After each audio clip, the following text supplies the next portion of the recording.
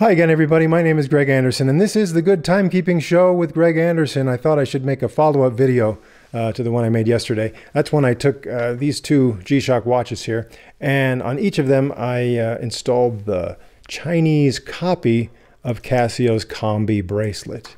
So just a couple of thoughts that I thought I should share sooner rather than later. Now, first of all, I just want to express a little more sympathy than I seemed to express yesterday about how some people are frustrated and find it very difficult to get their little spring bar tool into these tiny spots here in order to add or remove watch bands and bracelets from their Casio watches. And so I claimed that it wasn't as hard as people made it out to be, but I do want to express that it can be difficult even for me. I've got a little bit of experience now with those spring bars on these G-Shock watches just from making these videos. And but here's the problem. Okay, so last night, just a few hours after I made the video yesterday, I was standing next to the kitchen table reading something, and all of a sudden this watch spontaneously fell off of my wrist. This one over here. So you kind of go, uh-oh. I thought, well, this is interesting. Has this inexpensive Chinese watch bracelet already failed? Here's something I can report to the viewers. But what happened was it came loose right here where the spring bar worked its way out. And so this right here separated from the rest of the watch and it just fell to the ground. So I figure what happened was I installed this bracelet while I was in the middle of making a video. So perhaps I wasn't as careful as I should have been in making sure that I got it in there exactly correctly. So let's just take a look at these little spring bars. It's really a brilliant little design here. You've got this where on each side it compresses a little bit. Okay, so you can fit that into a tight space, and then it bounces back out and secures, the ends of the watch band or bracelet in place. You've got the little tip on the end there, and then a little place where they've got these two little rings on it so that the tip of your spring bar tool can kind of fit in that little groove there. And that allows you to, use the tool to compress that and help it get into place. But then there's just that little tip there. And so that tip has to go into a receiving area on the case of the watch. And so you can compress this and put it in place and it looks like everything's fitting deep inside, inside there. However, it's possible that, this tip is not as far into that little hole as it should be. So that's something you need to watch out for. As I look in, and this is, I've never taken the watch band off of here, so no problem with this one. And as you can see, as you look in there, you can see the rings on the spring bar, and you can see that the tip that goes beyond those rings is not fully visible. So it means it has gone into a little hole, little slot there. And so that's going to be nice and sturdy. It's not going to come off. And that's great. So you want the same effect when you're fiddling with these and putting in some aftermarket watch bracelet or swapping out watch bands. So there you can see that, it's kind of difficult to see, but it does look like the tip is in place, and that's what you want on both ends of both spring bars to make sure that tip is in place. And so what I would do with this, just to make sure I think it's secure enough, just kind of try to swivel that back and forth and see if there's any play. And if I try to twist it so that this is coming, straight out in this direction, if it doesn't appear to be loose, then I think I can be confident that that's in there tight enough. And of course the problem, let's see, does that one feel like it's in there? Anyway, I'll keep an eye on it.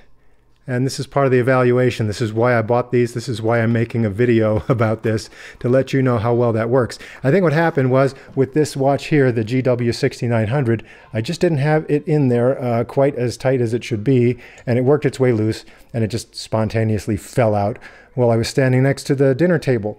So I'm glad it happened while I was standing next to the dinner table. It fell right onto the soft carpet, and the spring bar fell out right next to the watch, so I didn't have a lot of trouble finding everything I needed and then carefully putting it back in place the right way.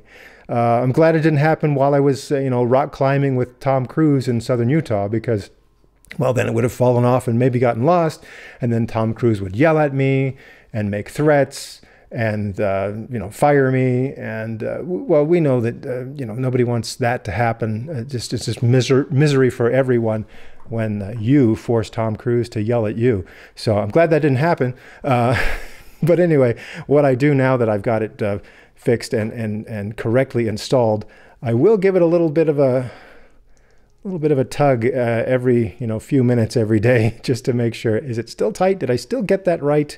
And again, I think you just need to, you know, lesson learned here, be patient, be careful, double check what you're doing, and just make sure that the very tip of your spring bar looks like it's actually going somewhere, and it's just not, it's not only compressed against the side of something, and that little tip needs to be pressing into something in order to make sure that is nice and tight and secure. You're going to have that trouble whether you're using an aftermarket item like this, or even if you're using original Casio gear. You still want to make sure you've got that spring bar in the place where it needs to be. And here's a little something I like to utilize when I'm working in tight little small places with small tools and small components. It's just, you know, inexpensive reading glasses that you could find at your corner drugstore or discount store. My wife found some of these just the other day for her dad, and it was like $2. So for that price, you know, it's really a good idea to have some of these around. Now, they do specify the magnification level here. And with most people, if they just need a little bit of help reading, then, you know, magnification of, you know, 1.5 is probably all that most people would need to help them with just reading glasses. These are non-prescription. Like I said, you can just buy them anywhere. But sometimes if you look down, you get the high magnification of 3.5. And so I bought some of these. Now, this is not really practical for reading because you have to get your face pretty close to what you're looking at, but it's almost perfect for working on these watches and seeing, you know, the small components and screws and whatever I need to see when I'm working on a watch like this. So I would recommend pick some of these up, and you know, you get your face really close, and then you still have a free hand. You've got some sort of magnification, but since this is on your face, it's not. You still have two hands available, and you do have a magnifier. So that's kind of just a little tip so that you can work on your stuff. And finally, I just want to talk about how comfortable this is to wear, this inexpensive and lightweight Chinese copy of the Casio bracelet. It's actually feather light, and some people might think, well, that indicates it's kind of cheap and not durable, and I want my G-Shock to be tough, and I want the components of my G-Shock, like the watch band or the bracelet, to also be tough. And if this is so lightweight, it's probably not very tough. Well, that's why I'm going to wear this for the long term and see how tough it turns out to be.